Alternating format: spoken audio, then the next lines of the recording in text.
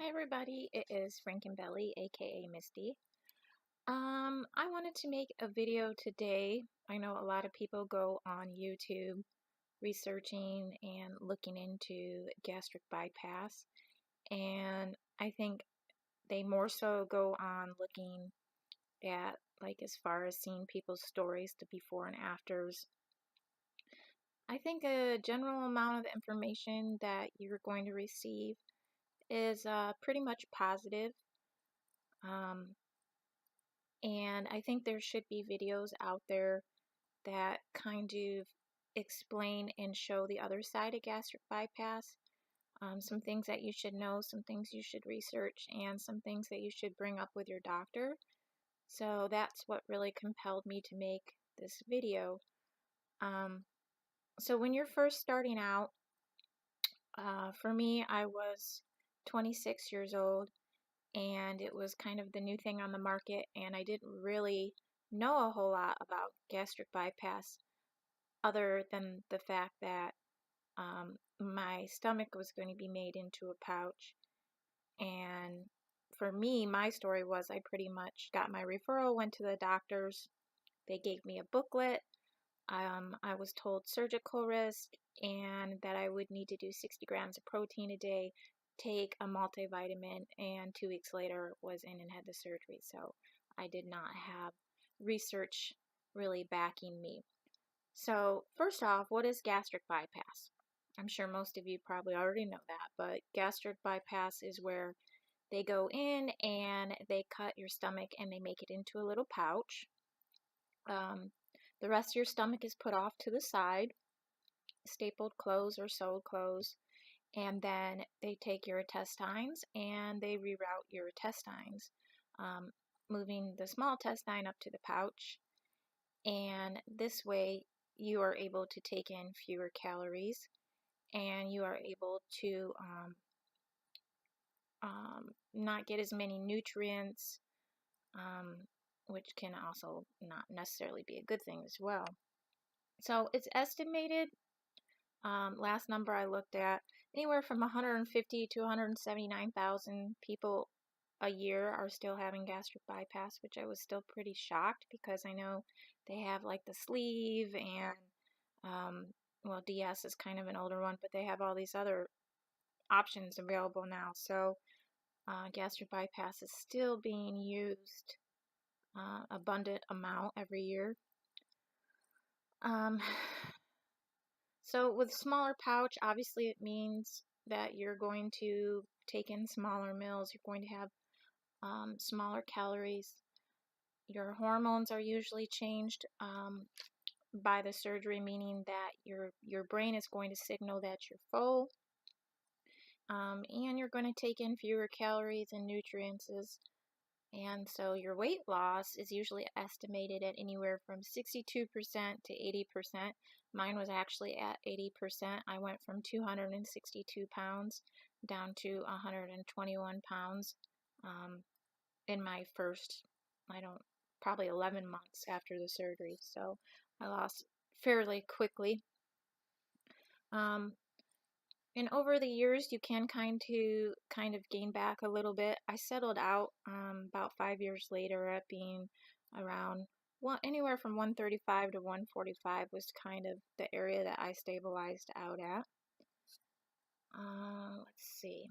So the things that it can improve, I'm sure everybody knows this.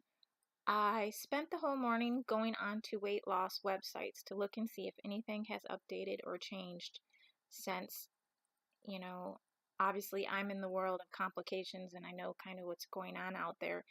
And it doesn't cease to amaze me that they all look the same way. They talk about the benefits. So most of you probably know the benefits. It is the #1 cure of diabetes. So if you're struggling with diabetes, in my case I wasn't. I had pre-diabetes, but I didn't actually have it. I had high cholesterol, high blood pressure. So those are 3 things that it's all pretty much guaranteed to lower or take away. And also a big one that they have always listed is sleep apnea. So sleep apnea usually will go away. So for some people, that have these core mobilities, especially diabetes, I can definitely see the stronghold to pick gastric bypass over one of the other stomach surgeries, since it has that huge advantage. The thing I did not see on all these weight loss sites were a lot of the disadvantages and the complications that are proven to be out there but not really spoken about, unless maybe you're already having complications and people, or you've heard other people's stories. Usually they'll talk about the surgical complications. So they're going to tell you about leaks that can be caused during the surgery. They're going to tell you that you're probably going to have to take a multivitamin, and they're probably going to tell you about your protein requirements, because protein is huge in order to lose the weight. They may mention dumping syndrome. A lot of the websites didn't. I think I saw one website that actually said dumping syndrome, which from what I was told about it in my booklet that I was given, not by the actual doctor, but the booklet, was that if I ate something that was high in fat or sugar, it could cause a list of these symptoms, and that, it would go away after if I didn't eat those certain items. So usually it's definitely all listed as far as surgical risk. You don't really see things as some of the things I'm going to talk about. So some complications that you should ask your doctor about, or you should at least be aware of when you're going to go into this surgery, because some people have complications right away after the surgery, and other ones like me and people that are further out. I was almost 7 years out when I started having severe ones. I started having little complications probably about, I would say, 4 years out. 2010 was when I first started having some, and then they gradually got bigger and bigger over time. So it's good to know things that they're not necessarily going to tell you, because the industry is so big. I mean, look at all the money they're making off of people's lives. Okay, so some of the complications can be dumping syndrome, meaning dumping syndrome that is caused not by eating sugar, not by eating fats. This is caused, or too many carbs. This is caused by just ingesting food. For me, I was almost 7 years out. Everything I ingested, and I stayed on my diet, because I know that the pouch is only a tool. It'll only work so long. And I didn't want to gain all that weight back that I lost. So I stayed on my high protein, sugar-free diet, and it did not matter what I put in my mouth. Towards the end, before my reversal in 2013, all I was eating pretty much was a bowl with some lettuce and some olives, maybe a little bit of cheese, and some type of meat, meaning chicken or turkey.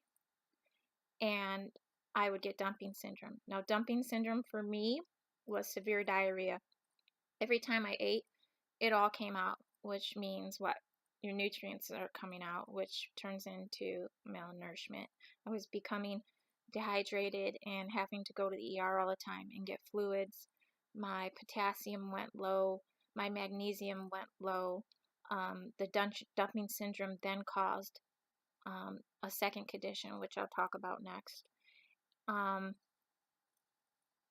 My hair was falling out. I had to pretty much be homebound to my bedroom, because everything I ate, I knew it was going to happen in a matter of minutes. So there is dumping syndrome that just comes out of nowhere, and trust me, I'm not the first case that this has happened to. So the second condition is PBH, postperiodontal bariatric hypoglycemia. I suggest everybody looks into this.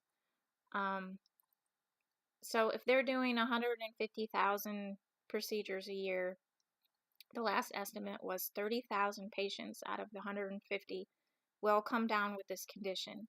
This is a proven, studied estimate. I went to Stanford University for mine, so I do know a great deal about this condition. This condition is caused after you eat. So what happened for me is I would dump, and then after I dumped, here came reactive hypoglycemia. So about an hour after I dumped, sugars went low. When sugars go low, it's just like hypoglycemia. Then I had sweating, I had extreme anxiety, stomach aches, um, shakiness, dizziness. I think the symptoms are different per person, but that's what's just some of them that I experienced. This condition, if you get it, you need to know is irreversible. There is no cure for this. They try to give you diabetic drugs.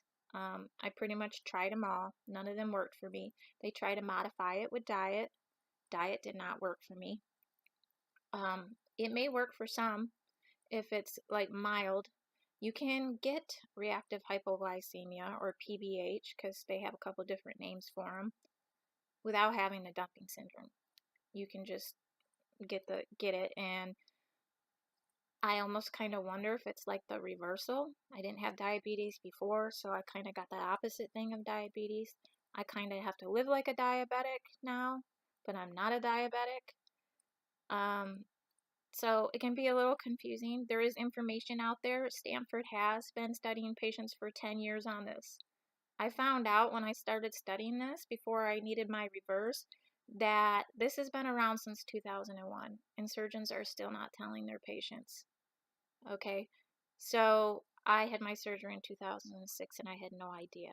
So that's why this condition is a huge deal, because it is lifelong, and a reversal may work for some people, but as for me, it came back a year later. So it's an extremely hard condition to live with. I mean, I've had my driver's license taken away. I luckily got it back after the reverse, but still now I can't drive very far. My husband has to take me. I have to live with a lifelong meter, which is great actually, because it tells me my blood sugars, and I can usually catch before going to a low. So is a huge thing I want you guys to research if you're thinking about having gastric bypass. Another thing is ulcers. A lot of people can end up with ulcers after this. People will have their pouches perforate, so it can be very serious, and a lot of people have had reverses because of the ulcer conditions. Anemia. So anemia, because your intestine, because things are rerouted, we know we can have deficiencies. So B12, iron, B1, vitamin D, calcium, all those things can go deficient. But what happens if they go deficient and a pill can't fix it? So ask your doctor that, because I was told a pill could fix it. I got anemia in 2010, and then going to see some other hematologists, I was actually told, no, what happens is your body can actually stop absorbing nutrients. So my body was not taking in iron from food. It was not taking in iron from taking my daily iron pills, and I had to start infusions. My infusions started out one every 6 months, and then by the end of 2013, it was like 1 a month to 2 weeks, because my body was just not holding iron at all. B12, B1, I also was in the negative for that before my reverse. So some of them can be treated with pills, but certain people's bodies can stop absorbing nutrients.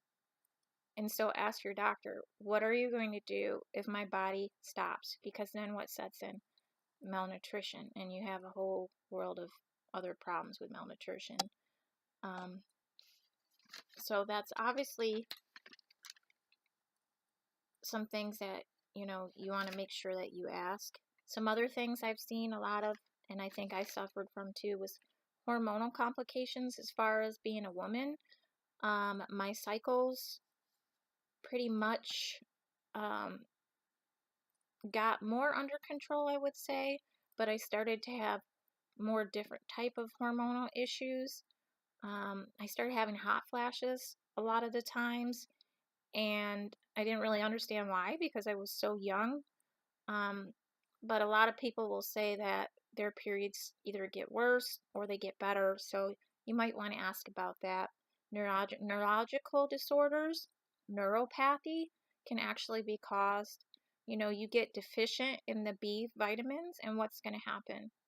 I had a very good friend. That was why she had her reverse. She had the surgery, and then I think a couple years out, she couldn't remember things. All her neurological things were just off the chain horrible, and that was why she actually had to have her reverse, her takedown. So we talked about malnutrition, which will happen, from your body not absorbing it. Hernias, bowel obstructions. I had hernia and a bowel obstruction in 2010. These are all in areas around where I had the gastric bypass done. I also had another hernia repair in 2012, and then 2015 I had another hernia repair done. So these were all in the areas of where I had work done on my stomach, so that you can be more prone to those. Gallbladder sludge. If they don't take your gallbladder out, which mine didn't, and then in 2015 it was so full of sludge that it made me horribly sick, and I got that removed as well. So it's good to ask your doctor, will you remove my gallbladder as well? Because I've heard like probably 50-50 on surgeons actually taking the gallbladder when they do it, which I can see would make sense now just because of what happened to me. Ask them some questions. So, how are you going to care for me if complications arise? Because a huge thing I see happening with people in my support group is complications arise and they don't know how to handle it. They can't deal with the patient, or they automatically, tell the patient that it can be treated a certain way, or they tell the patient it's in their head. I recommend when you start having complications, make a log. Take down what's happening, what time it's happening, if there's a pattern, and show that to your doctor. And I know it helped a lot for me. Are they capable of doing a reversal and a takedown if needed? Because I had to go to several doctors. I had to call several doctors. And I actually was lucky enough that at the time that we were stationed in California, and we just had to drive like 8 hours to my original surgeon that actually did my takedown. You will see a lot of things online when you're looking, and I was looking through the sites, they still put down that gastric bypass is irreversible. That is not true. I have a whole group of members that have had reverses and takedowns, and it's basically the same thing. So what it is they took my stomach that was sitting off to the side and they hooked it back to my pouch. So now my stomach kind of looks like an hourglass stomach. And then they took my intestine, they cut it down a little bit, and they reconnected my intestines back. So it can be done. It's usually only done for life-threatening conditions like mine was. At the time of my reverse, I was very malnourished, 116 pounds, and literally I felt like I could see the light. So if you're having severe complications, it might be good to know that your doctor is going to be able to deal with them instead of shutting the door, because it only takes longer when you're searching, trying to find another doctor and going from doctor to doctor and trying to find somebody to help you. Be your own advocate. I say that because when you start having issues, there is not a lot of support out there, not a lot of information. I found the one person, my friend I was talking about online, and she really supported me when I was going through it, and that was why I started this support group, because a lot of times when you have complications, the other support groups that you mainly go to, those people are happy and they're in a stage of losing weight and life is great and nothing bad's ever going to happen. And so you need support from people that are going through the same things as you. So be an advocate. Do research. There's bits and pieces of it online and in the groups, but it's out there. It can be hard to find, but that's how I found mine. Take your journal notes, take your stuff, and go to your doctors. That's how I got my reverse. Even with all my numbers tanking and being so sick, my bariatric doctor's worst fear was me getting fat again. And that's what they always go back to. Their number one thing is weight loss and taking those conditions away and being a successful patient and losing all this weight, which is great and dandy. But guess what? If you don't have your health, I'm sorry. I'm living it. Then you don't got nothing when it comes to that. Okay? So you really need to just make sure that you're knowing everything. Another big thing is most people get this surgery are emotional eaters. I was an emotional eater, okay? When I was happy, I ate. When I was sad, I ate. When I was celebrating something, we went and ate. Eating made me happy and it comforted me when I was sad. And yeah, they're going to do a psychological evaluation on you, but it's pretty basic and you're probably going to get accepted for that surgeon. And so I want you to know that even though this is a tool and you may be feeling good for that first year while you're losing all your weight, it is only a tool and it will not cure emotional eating. That is what therapy is for. So you have to look inside yourself and figure out what is causing you to eat that way, and you have to be able to change that. This surgery is not going to change that. I'm always going to be an emotional eater. I just have no choices where I can't eat foods because of the conditions I suffer now from my initial gastric bypass. So that is what keeps me in check because I know what's going to happen if I eat those foods. So gastric bypass reverse, I had mine done in 2013. Let me tell you what it did for me. So the good things it did for me. It took away my anemia. I no longer have to live on infusions. It took away my low B1s and B12s. I'm actually on the higher side now. My labs for those always come back high, but they tell me not to worry about it. They say you just pee out the excess, which I hope is the case because I'm always high now. It's been a couple years. And for the first year, it took away my bariatric hypoglycemia or PBH or postperiodontal, whatever you want to call it. So it was a great year, and then it came back. So it did take away the dumping syndrome. I do not have dumping syndrome anymore, and I'm able to hold my nutrients better. But I also got a condition off of having my reverse, which is called gastroparesis. It is Gastroparesis Awareness Month in August. You can look into that. Some people do get gastroparesis just from getting gastric bypass, so that might be another thing that you should look into. Most of ours I know from our group are all caused from the reverse. And basically gastroparesis does not feel much better than dumping syndrome. It feels like you have the flu when you go into flares. So you could be sick a couple days, you could be sick a couple weeks. Most people are not working with this condition. It can be mild to severe. Basically what it is your stomach is not emptying the food. So when they put me back together, I had so many stomach surgeries that I'm not really surprised. My vagus nerve was cut.